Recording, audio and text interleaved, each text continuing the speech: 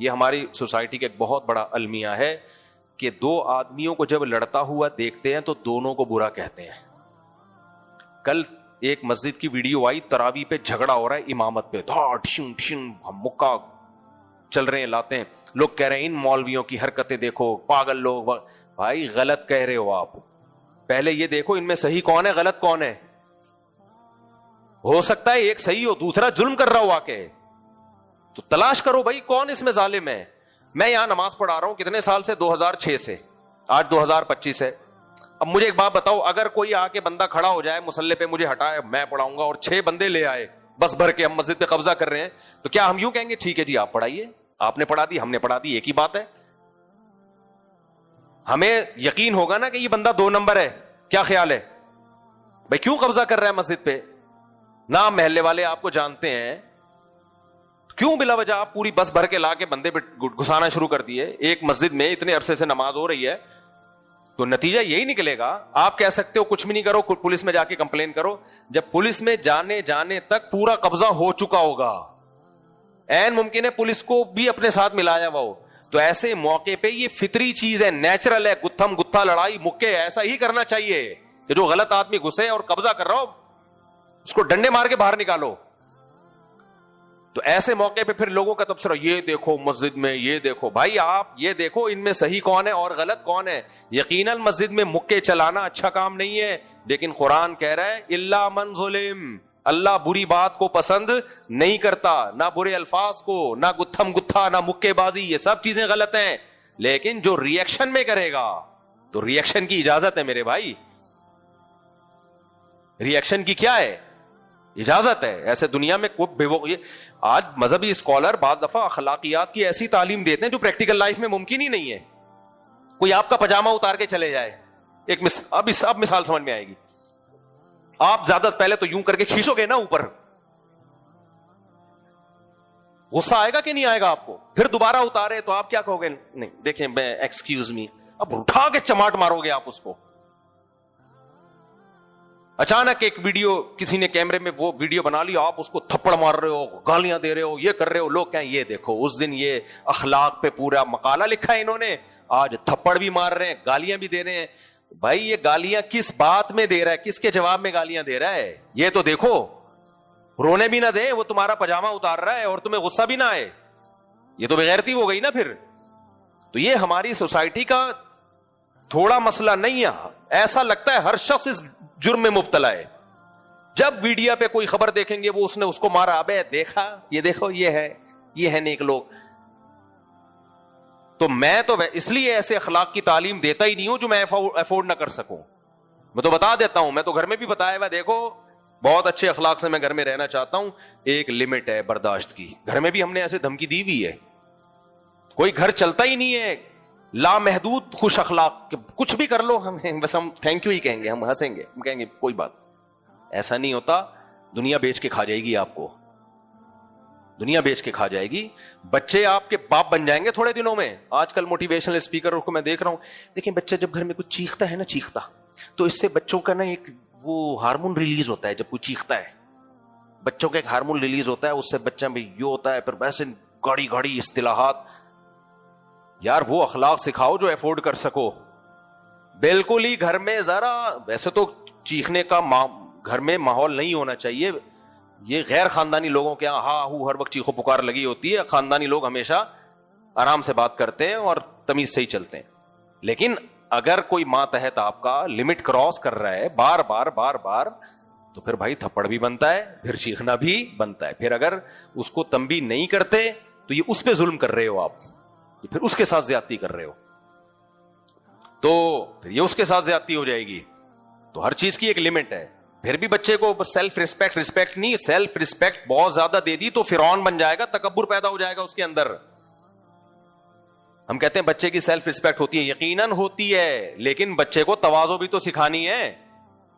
اتنا اس کو کر دیا کہ باپ ڈانٹ بھی نہ سکے, باپ نے ڈانٹا, بچہ باپ کو بد اخلاق سمجھ رہا ہے, اس کا مطلب بچے میں فرعونیت پیدا ہو رہی ہے, یہ باپ بن جائے گا تھوڑے دنوں میں. تو اخلاق اصل ہے, لیکن ہر چیز کی ایک لمٹ ہے. اس لمٹ کو کسی کو بھی کراس نہیں کرنے دینا چاہیے. اور دنیا کی کوئی حکومت اس غیر معمولی اخلاق پہ چلتی نہیں ہے. ہر حکومت نے پولیس بھی رکھی ہوئی ہے, جیل بھی رکھے ہوئے ہیں, سخت سخت سزائیں بھی رکھی ہوئی ہیں. بھائی کیوں نہیں کر لیتے؟ جاپانی تو اتنے پولائٹ ہوتے ہیں, اتنے اچھے ہوتے ہیں, چور کو پکڑو تو چنگ پانگ کر کے اس کو سمجھاؤ اور اس کو ہدیے دو, گفٹ دو تاکہ وہ چوری چھوڑ دے. بھائی جاپان میں بھی جیلیں ہیں, ملیشیا میں بھی جیلیں ہیں, امریکہ میں بھی جیلیں ہیں. وہ کہتے ہیں بھائی یہ ہم نے آپ کو بتا دیا, کتنے بڑے بڑے جرمانے لگتے ہیں دبئی میں, آپ سگنل توڑ دیتے ہو, سزائیں ملتی ہیں. تو گھر بھی ایک ریاست ہے, مسجد بھی ایک چھوٹی سی ریاست ہے. تو یہ نہیں ہوتا کہ کوئی شخص حد سے تجاوز کرتا چلا جا رہا ہے اور ہم کہیں کہ نہیں ہم نے تو اونچی آواز سے بات ہی نہیں کرنی ہے. تو حضرت مولانا اشرف علی تھانوی نے بڑی پیاری بات لکھی ہے کہ جب بھی دو بندے لڑ رہے ہوں تو دونوں کو جا کے چماٹ نہیں لگایا کرو اور دونوں کو برا بلا مت کہا کرو, بلکہ یہ دیکھو کہ ان میں صحیح کون ہے اور ان میں غلط کون ہے, تو پھر فیصلہ کرو. ہم لوگ, ہماری ایک عادت ہے جہاں پھڈا ہو رہا ہے دونوں کو غلط. تو اسی میں یہ آج کل جو نئے نئے مذہبی اسکالر آ رہے ہیں اور یہ کہہ رہے ہیں کہ وہ اس سے لڑ رہے ہیں, وہ مولوی اس کو کہتا ہے کافر, وہ کہتا ہے یہ کافر, وہ اس فرقے کو برا کہتا ہے, وہ اس فرقے کو برا کہتا ہے, لہذا یہ سارے غلط ہیں. یہ بھی بے وقوفانہ باتیں ہیں. اگر اس دلیل سے سارے غلط ہیں تو پھر تو آپ بھی غلط ہو, کیونکہ آپ ان سب کو برا کہہ رہے ہو, یہ سب مل کے آپ کو برا کہہ رہے ہیں. وہی والی مثال ہو گئی نا جو اس دن میں نے دی تھی.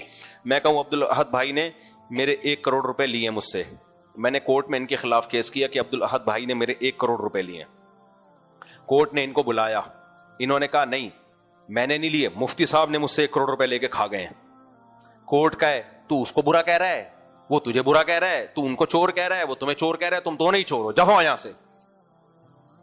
تو یہ کوئی عقل مندی کا کام ہوگا؟ بھائی آپ جج بن کے فیصلہ کرو کس کا الزام صحیح ہے اور کس کا الزام غلط ہے. آپ جج کس بات کے ہو, یا پھر جج بنو ہی نہیں.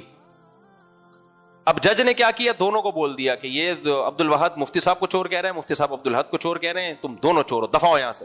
چوتھا آدمی آیا, اس نے کہا کہ عبدالاحد مفتی صاحب کو, مفتی صاحب عبدالاحد کو, اور جج ان دونوں کو, تم تینوں غلط ہو. پھر چوتھا آیا, اس نے کہا عبدالاحد مفتی صاحب کو چور کہہ رہا ہے, مفتی صاحب عبدالاحد کو چور کہہ رہے ہیں, اور جج ان دونوں کو چور کہہ رہا ہے, یہ تینوں بھی غلط, اور وہ جو چوتھا ان چاروں کو غلط کہہ رہا ہے, ان تینوں کو غلط کہہ رہا ہے, وہ بھی چور ہے. لہذا یہ تو اس دلیل سے تو پوری دنیا بالآخر چوری بن جائے گی, غلطی بن جائے گی. کبھی بھی جھگڑا نمٹانے کا یہ طریقہ نہیں ہوتا کہ ان کے بابوں نے ان کے بابوں کو برا کہا تو ان کے بابوں نے ان کے بابوں کو برا کہا, لہذا یہ دونوں ہی برے ہیں, یہ ایک دوسرے کے پیچھے نمازیں نہیں پڑھتے, دونوں ہی برے ہیں. بھائی دیکھو ویلڈ ریزن کس کے پاس ہے کسی کے پیچھے نماز نہ پڑھنے کی. اگر کوئی اس بیس میں نماز نہیں پڑھ رہا کہ بھائی اس کا عقیدہ شرکیہ ہے, تو یہ ویلڈ ریزن ہے. پھر یہ دیکھو عقیدہ شرکیہ ہے یا نہیں ہے. صرف اس بیس پہ کہ وہ اس کے پیچھے نماز نہیں پڑھتا, وہ اس کے پیچھے نماز, اس بیس پہ لوگ اپنے آپ کو نا براڈ مائنڈڈ ثابت کرنے کے لیے سب کے پیچھے نماز پڑھنا شروع کر دیتے ہیں. یہ بارش سے بھاگے پرنالے کے نیچے آ کے کھڑے ہو گئے. آپ اتنے براڈ مائنڈڈ بن گئے کہ اب امام کے بارے میں یہ بھی بحث چھوڑ دیا آپ نے کہ توحید کے عقیدے پہ ہے یا نہیں ہے, شرک کر رہا ہے تو کیسے نماز ہو جائے گی میرے بھائی. تبھی میں لوگوں سے ایک بات بار بار کہتا ہوں کہ بھائی مجھ سے یہ توقع نہ رکھنا کہ مفتی صاحب بہت اچھے اخلاق ہیں, اتنا بے وقوف میں نہیں ہوں کہ میں بہت زیادہ کوشش کرتا ہوں اچھے اخلاق رکھوں, لیکن ہر چیز کی ایک لمٹ میں رکھتا ہوں, ایک لمٹ رکھوں. اس کی وجہ سے میں پھر روب رکھتا ہوں سامنے والے پر کہ بس لمٹ کو کراس کرنے کی ضرورت نہیں ہے. اور میرے گھر والوں سے بھی ابھی یہاں بیٹھ کے تو ہر آدمی بڑی بڑی باتیں کرتا ہے, لیکن بہرحال تو ایک ہے لمٹ. اس کے بعد پھر جو میں سمجھ رہے ہیں اکیلے میں پھر بتاؤں گا آپ کو, یہاں بتاؤں گا تو پھر وہ الٹا ہو جاتا ہے بعض دفعہ, وہاں سے روب آنا شروع ہو جاتا ہے. اچھا خیر, تو جو ہے تو ملازمین کی بھی ایک انتہا ہے, حد ہے. ملازمین کو آپ نے 1 دفعہ 2 دفعہ 3 دفعہ موقع دیا, یہ تھوڑی بار بار بھائی رخصت چھٹی کرو ورنہ کمپنی کا بیڑا غرق ہو جائے گا. ساری جتنی ترقی اچھی کمپنیاں ہوتی ہیں وہ بھی امپلائز کو ایک حد تک مہلت دیتی ہیں, اس کے بعد کہتی ہیں بھائی یہ تیرے ماموں کا گھر نہیں ہے, ہماری کمپنی کا بیڑا غرق ہو رہا ہے. ہر جگہ یہی اصول ہے, تو اسلام کا بھی یہی اصول ہے. دیکھو نبی صلی اللہ علیہ وسلم نے ایک شخص کو صحابی نہیں ایک غیر مسلم کو پکڑا جاسوسی کرتے ہوئے.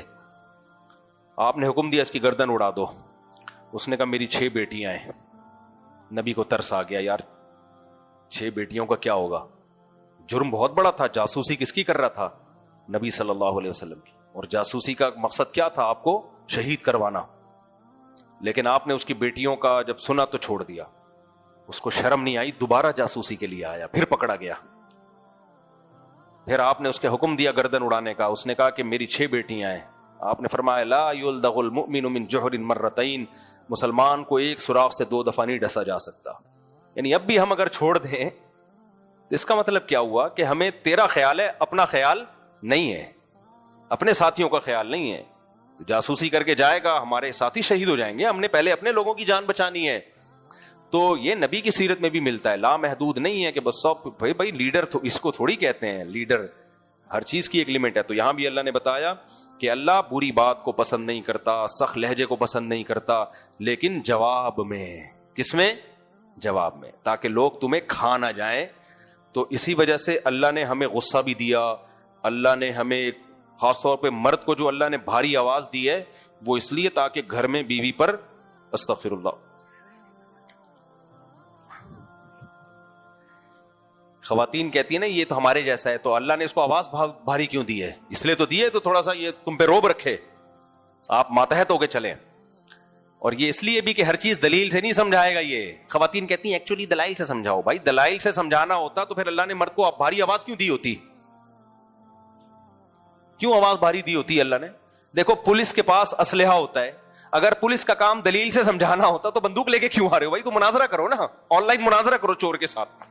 پولیس کہتی ہے ادھر بیٹھ, وہاں کورٹ میں جا کے دیکھیں گے. ابھی وہ کہے گا نہیں ایکچولی پہلے دلیل سے ثابت کرو کہ میرا یہاں بیٹھنا موبائل میں بنتا ہے. پولیس کہے گی دلیل تو کورٹ میں جا کے تیرا باپ دے گا, وہاں پہ ہمیں آرڈر آیا ہے تبھی ہم بندوق لے کے آئے ہیں.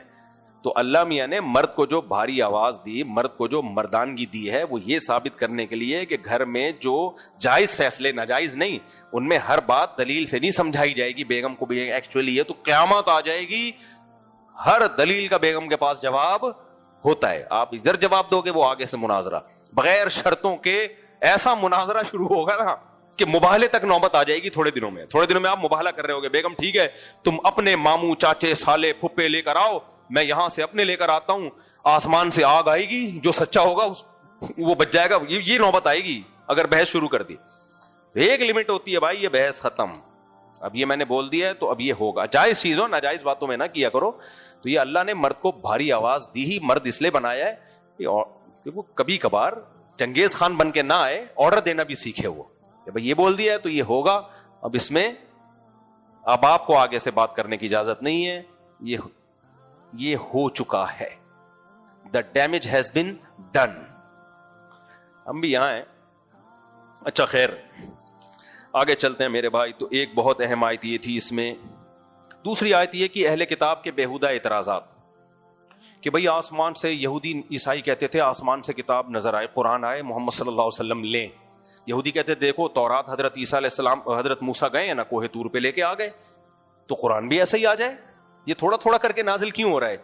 تو اللہ نے فرمایا اس کا 2 جواب دیے. ایک تو صحابہ کو تسلی دی کہ ان کے بیہودہ باتوں پہ تنگ نہ ہوا کرو, وہ بہت زیادہ تنگ ہوتے تھے نا کہ بھئی ایسا ہی ہو جائے, اللہ پھر ایسا ہی نازل کر دے. اللہ اپنے طریقے سے نازل کر رہا ہے تھوڑی تھوڑی کر کے. تو دلیل سے جو اللہ نے جواب دیا وہ یہ کہ اے نبی, ان یہودیوں سے آپ کہیں کہ یہ تو اکیلے موسیٰ علیہ السلام ہیں جن کو ڈائریکٹ تورات مل گئی, اور کتنے پیغمبر پہلے ایسے گزرے ہیں جن کو تم بھی پیغمبر مانتے ہو, ان پر تو آسمان سے تھوڑی تھوڑی کر کے وہی نازل ہوتی تھی. انا اوحینا الیک کما اوحینا الی ابراہیم و اسماعیل و اسحاق و یعقوب, ہم نے آپ پر ایسے وہی نازل کی جیسے ابراہیم علیہ السلام پر, اسحاق علیہ السلام پر, یعقوب علیہ السلام پر, موسیٰ عیسیٰ علیہ السلام پر, اور کتنے سارے پیغمبر ہیں, ان سب پہ تو یہ تو اکیلے موسیٰ ہیں. تو ان پیغمبروں کو تم بھی تو مانتے ہو, ان کا تو تم انکار نہیں کرتے کہ ان کو پوری کتاب اچانک کیوں نہیں مل گئی. تو یہ تو بعض حکمتیں تھیں جس کی وجہ سے موسیٰ علیہ السلام کو کوہ طور پہ بلا کر پوری کتاب پکڑا دی گئی ہے. اور پھر جو صحابہ کو ٹینشن ہوتی تھی نا ان کے بیہودہ اعتراضات سے, تو اللہ نے صحابہ کو تسلی دی. فقد سألوا موسیٰ اکبر من ذلک, اے صحابہ اور اے نبی آپ یہودیوں کے ان اعتراضات سے پریشان نہ ہو. ان موسیٰ علیہ السلام کو تو ہم نے تورات دی تھی نا, ان کے حساب سے انہوں نے ان کو کون سا مان لیا تھا؟ جب یہ تورات ملی تو یہ کہنے لگے ہم اس وقت ایمان لائیں گے کہ ہم اللہ کو بھی اپنی آنکھوں سے دیکھیں کہ اللہ دے رہا ہے آپ کو کتاب, اللہ آپ سے ہم کلام ہو رہا ہے, اللہ آپ کو کتاب دے رہا ہے, پھر مانیں گے ہم. تو یہ اتنے ڈھیٹ لوگ ہیں. تو یہ نہیں ہے کہ ایسے آسمان سے کتاب آ جائے گی تو یہ سارے یہودی دائرہ اسلام میں داخل ہو جائیں گے. ان کا مقصد انکار کرنا ہے, ضد اور ہر دھرمی ہے تو انکار جس نے قسم کھا لی ہو تو وہ تو کچھ نہ کچھ میخیں نکالتا رہے گا. تو آپ کو اپنے کام میں لگا رہنا چاہیے, ان کے بیہودہ اعتراضات سے پریشان نہیں ہونا چاہیے. اس میں ہمیں سبق کیا ملتا ہے؟ بھائی اگر ہم سیدھے راستے پہ چل رہے ہیں تو ہر اعتراض کرنے والے کے اعتراض کو لفٹ نہیں کرانی چاہیے, اور اس خوش فہمی میں نہیں رہنا چاہیے کہ اس کو اس اعتراض کا جواب مل گیا تو یہ اب نہیں کہ وہ کچھ اور نکال کے لے آئے گا, وہ کچھ اور نکال کے لے آئے گا. یہ ہمیشہ سے ہوتا آ رہا ہے. یہ بہت اور بھی اس طرح کی سورہ انعام میں بہت ساری آیتیں. وقت مکمل ہو گیا. اللہ ہمیں اپنی ذات پہ ایمان نصیب کرے, اور ہمیں جو اللہ نے دین اور مذہب دیا ہے نا, جسے اسلام کہا جاتا ہے, اطمینان کے ساتھ اللہ ہمیں اس پہ چلنے کی توفیق عطا فرمائے. وما علینا الا البلاغ. کیا ہے بھائی؟ اگر کسی لڑکی فیمیل انفلوئنسر کے تھرو کوئی پروڈکٹ پروموٹ کروائی اور اس کو ایڈورٹائزمنٹ کریں جس میں اس کا فیس آ رہا ہو, تو اس پروڈکٹ تو اس کو پروموٹ کرنا کیسا ہے؟ آخری درجہ کم از کم یہ ہے کہ اسکارف پورا ہو اس کا. جوان لڑکی کے لیے چہرے کا پردہ لازم ہے میرے بھائی. بہت ہی کوئی مجبور ہو کھینچا تانی کر کے چہرے کی حد تک گنجائش نکالی جا سکتی ہے. راجح قول تو یہی ہے کہ چہرے کا پردہ بھی جوان لڑکی پہ فرض ہے, لیکن آمدن کا کسی کا مسئلہ ہو تو بہت زیادہ کھینچا تانی کر کے جو گنجائش نکالی جا سکتی ہے وہ اتنی کہ ٹھیک ہے باقی جسم ڈھانپ لے, چہرہ کھول لے. ایک صاحب غریب کے گھر میں کھانے میں اپنے نوجوان بیٹے کو کام پہ لگانے کے بجائے اس کو قرآن پاک اور دینی تعلیم پر لگائے ہوئے اور مجھ سے تعاون زکوٰۃ وغیرہ کا سوال کرتے ہیں. نہیں کرنا چاہیے. جب گھر میں کھانے پینے کو نہیں ہے تو جوان بیٹے کو آپ نے دینی تعلیم میں کیوں لگایا ہوا ہے؟ آپ بیٹے کو پھر ملازمت پہ لگاؤ. دین کیوں سیکھتا ہے؟ تاکہ لوگوں کو شریعت سکھائے. تو جب لوگوں کو شریعت سکھائے گا تو مانگنا سکھائے گا یا دینا سکھائے گا؟ ہے دینا. تو یہ کیسے سکھائے گا دینا؟ جب بولے گا کہ بھئی مانگنا نہیں چاہیے, لوگوں پہ خرچ کرنا چاہیے, لوگ کہیں گے تمہارے ابا تو مانگتے تھے. دین کو گرا کے کبھی بھی دین کو زندہ نہیں کیا جا سکتا. یہ تو جب ہوتا نا جب علماء بالکل ہی ختم ہو چکے ہوتے تو ہم کہتے بھائی اب فرض عین ہو چکا ہے اب دین کو بچانا. تو علماء الحمدللہ ہیں, تو اب باپ لوگوں کے سامنے بھیک مانگ رہا ہے, جوان بیٹا مدرسے میں پڑھ رہا ہے, اور یہ غلط ہے. تو ایسے موقع پہ بیٹے کے لیے ضروری دینی تعلیم حاصل کرے اور باقی باپ کا سہارا بنے, کمائے باپ, یعنی خود کمائے تاکہ باپ لوگوں کے سامنے ہاتھ نہ پھیلائے. کسی نے جانور کا بچہ بیچنے کے لیے یار دین جو ہے نا استغنا سکھاتا ہے. آج الٹا ہو رہا ہے. بہت سارے مذہبی لوگ نا مذہب کی تعلیم حاصل کر کے بھکاری بن جاتے ہیں, ساری زندگی مانگتے ہی رہتے ہیں. تو یہ غلط ہے. دین تو استغنا سکھاتا ہے بھائی, دینا سکھاتا ہے. اور ہم کیا سکھا رہے ہیں؟ جو بہت سے مذہبی جو لوگ ہیں وہ ان کا طریقہ ایسا ہے کہ مانگنا ساری زندگی اپنے یعنی مانگتا ہی رہتا ہے. تو ایسے علماء سے تعلق قائم کریں جن میں استغنا ہو. بڑے بڑے علماء ہیں, ہم نے مدارس میں ایسے مستغنی لوگ دیکھے ہیں, تھوڑی تھوڑی تنخواہوں میں ساری زندگی پڑھاتے ہیں, ایک دھیلا کسی سے نہیں مانگتے. تو ایسے اسکالر سے دور رہیں جو اپنی ضرورات کے لیے کبھی اس کی جیب پہ نظر, کبھی اس کی جیب پہ نظر, کبھی اس کی جیب پہ. بعض لوگ ایسے ہوتے ہیں صرف سیٹھوں سے دوستیاں ہوتی ہیں, غریب سے ہوتی نہیں ہے. ایسے اسکالرز بھی ہیں, کوئی غریب ان کے قریب ہی نظر نہیں آئے گا کبھی. آپ سارے بڑے بڑے بھائی, کیوں تم تو سب کے لیے برابر ہو یار. دیکھو قرآن میں جو آج ہم نے سورہ انعام پڑھی نا, اس میں ایک آیت یہ بھی تھی, مشرکین مکہ کے جو سردار تھے کہتے تھے اے نبی آپ کی محفل میں غریب کیوں بیٹھتے ہیں, ان کو ہٹائیں تو ہم آئیں گے. اللہ نے کہا ان کو نہیں نکالنا اپنی مجلس سے, آپ ان کو نہیں نکالنا, بلکہ ان کو آپ موٹیویٹ کرو کہ اللہ نے تم پر احسان کیا, تمہیں اسلام کی توفیق دی, تمہاری غربت اس سے تم اللہ سے دور نہیں ہوگے, بلکہ اگر تم سے کوئی غلطی ہو بھی گئی استغفار کرو گے اللہ وہ جرم بھی معاف کر دے گا. اور ان کو یہ کہتے ہیں مشرکین مکہ کے جو سیٹھ لوگ ہیں نا, جو کہہ رہے ہیں ان غریبوں کی محفل میں ہم نہیں بیٹھیں گے, تو یہ مشرکین مکہ کہتے تھے اگر محمد صلی اللہ علیہ وسلم برحق نبی ہے تو غریب لوگ آپ کے پاس کیوں آ رہے ہیں, قوم کے بڑے بڑے لوگ آنے چاہیے. تو اس کا جواب اللہ نے دیا الیس اللہ بأعلم بالشاکرین, اللہ کو پتہ نہیں ہے کہ کون شکر گزار ہے. جو شکر والے ہوتے ہیں اللہ ان کو ایمان کی توفیق دیتا ہے, جو فرعون اور متکبر ہوتے ہیں اللہ ان کو ایمان کی توفیق نہیں دیتا. تمہارے پاس دولت ہے جس کی وجہ سے تمہاری فرعونیت ہے تمہارے اندر, تمہیں اللہ نے اسلام سے محروم رکھا. یہ بلال حبشی اور ابن مسعود جیسے مسکین ہیں, ان میں تکبر نہیں تھا تو یہ اسلام لے آئے. تو مذہبی لوگوں کا یہ کہ ہر وقت دولت مندی ان کے گرد بیٹھے ہیں, کوئی رکشہ ٹیکسی والا قریب میں کبھی نظر ہی نہیں آتا, یہ ایک بہت بڑا سوالیہ نشان ہے. ہمارے شیخ حضرت مفتی رشید احمد صاحب خود بہت مالدار تھے, لیکن حضرت کی محفل میں اکثر ہم نے دیکھا رکشے والا آگے بیٹھا ہوا ہے, ڈیفینس کے سیٹ صاحب پیچھے بیٹھے ہوئے. ٹھیک ہے نا, رکشے والا کہاں بیٹھا ہوا ہے؟ آگے بیٹھا ہوا ہے. تو یہ مطلب نہیں کہ وہ سیٹ آگے نہیں آ سکتا, جو پہلے آ گیا وہ آ جائے آگے, جو پہلے آ گیا. تو یہ فرق علماء کی محفل میں مجلس میں نہیں ہونا چاہیے. تو جب طبیعت میں لالچ ہوتی ہے تو پھر بس سارے مالدار لوگ. عبد الاحد بھائی نے ایک دفعہ مجھے دمبا کھلایا تھا, صرف عبد الاحد بھائی سے دوستی ہے, یہ اشارہ ہے کہ ایک اور دفعہ کھلائیں دمبا, اور جو بیچارہ غریب ہے اس سے دوستی نہیں ہے. اس لیے ہماری عبد الاحد بھائی سے بھی دوستی ہے, کیونکہ انہوں نے ہمیں کیا کھلایا ہے؟ دمبا کھلایا. دوبارہ انتظار کر رہا ہوں میں, اور جو نہیں جس نے دمبا کھلایا اس سے بھی تھوڑی بہت سلام دعا. اچھا, میرے جو غریب دوست ہیں یہ نہیں کہ چلو دمبا تو نہیں کھلاتے, الٹا مجھ سے کھا رہے ہوتے ہیں, الٹا مجھ سے دمبا کھا رہے ہوتے ہیں. اللہ ہدایت دے ان کو.